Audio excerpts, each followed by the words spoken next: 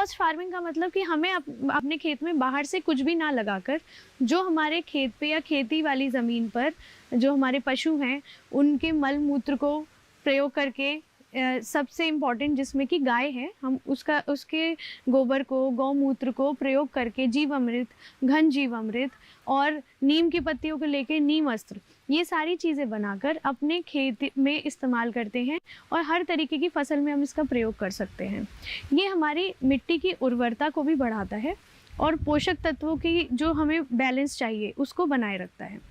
साथ ही साथ जो सूक्ष्म जीव हैं उनकी संख्या भी बढ़ाता है। जैसा कि आजकल अवगत है कि कैंसर जैसी बीमारियां ये भी रसायन के प्रयोग का कारण है। तो हम महिलाओं को बताते हैं कि सूक्ष्म पोषक तत्व जो कि हम पोषण वाटिका से प्राप्त करते हैं, तो हमारा जिसको उगाने का तरीका है ऐसा होना चाहिए जिससे कि हमारे शरीर में रसायन की मात्रा नहीं जाए, क्योंकि प्रतिदिन सब्जी और फलों की आवश्यकता होती है। ये हमारी पोषण की आवश्यकताओं को पूरा करते हैं। तो ज़रूरी ये हो जाता है कि जब हम पोषण वाटिका उगाएं तो इसको नेचुरल तरीके से उगाएं, जैसे गाय का गोबर है, गौमूत्र है, इन सब साधनों को उपयोग करते हुए हम पोषण वाटिका बनाएं, ताकि हमारी सेहत पर कोई भी जो दुष्प्रभाव है वो ना पड़े और हमारे पोषण की आवश्यकताओं की भी पूर्ति होती रहे। साथ में एक फ़ायदा सबसे ज़्यादा जो है वो ये है कि अगर हम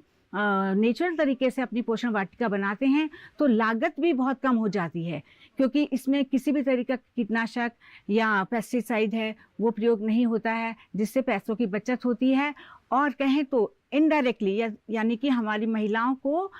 अप्रत्यक्ष आय की प्राप्ति होती है।